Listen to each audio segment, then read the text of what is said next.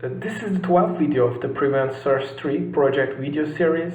Objective is to develop nanomaterials against these viruses, and you can support the project through the links below.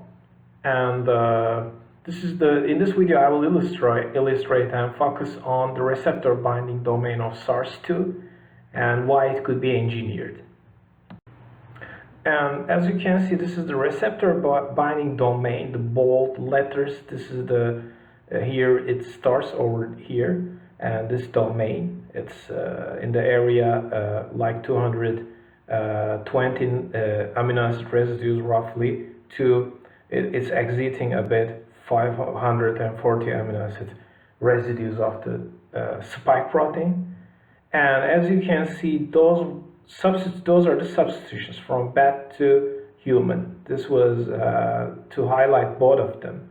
But also, as you can see here, on clinical isolates of SARS2, the sequences, roughly 20,000 sequences on the database. And those are, there isn't any high frequency mutations on this area. Despite millions of infections, virus is outclassing, suppressing any mutants, so they don't let them to change this perfectness. So this is actually kind of a bit problematic. Not only the virus could be engineered, but I will also explain this in the future videos.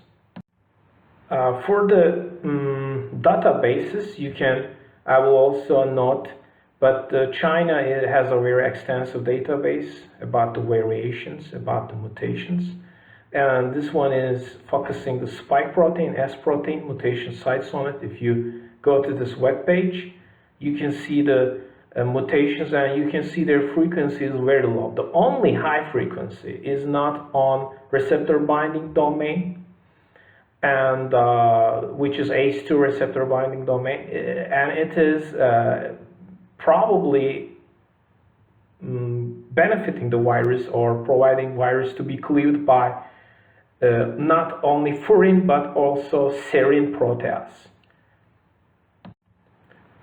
So based on the variation data that the SARS2 virus has a lot of mutants right now, it formed a mutant cloud, and it's a quasi-species virus. But somehow SARS2 receptor binding domain is conserved. It's like a conserved domain. It's not changing, and the natural mutants cannot compete any deviation from this composition, the engineered composition, or somehow designed composition. The virus cannot change.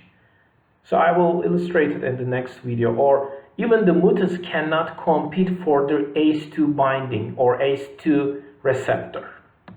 So this is a mutant cloud. So that's the, for example, this is the new infection situation. This is the lung of the new patient. And you can see those are the Wuhan 2019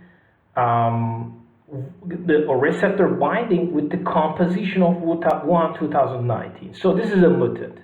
This one mutated in a previous patient, and this will try to compete. This is trying to compete with the ACE2 binding, but it cannot outclass the original perfect, probably engineered receptor binding capacity. So we cannot see any high frequency mutants for the interaction to this circle here. This is the ACE2 circle, this is entry.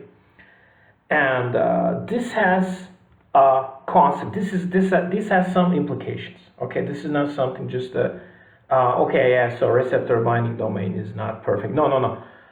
It's perfect. No, it has some consequences. I will talk about like the vaccines, like the treatment. So thanks for watching.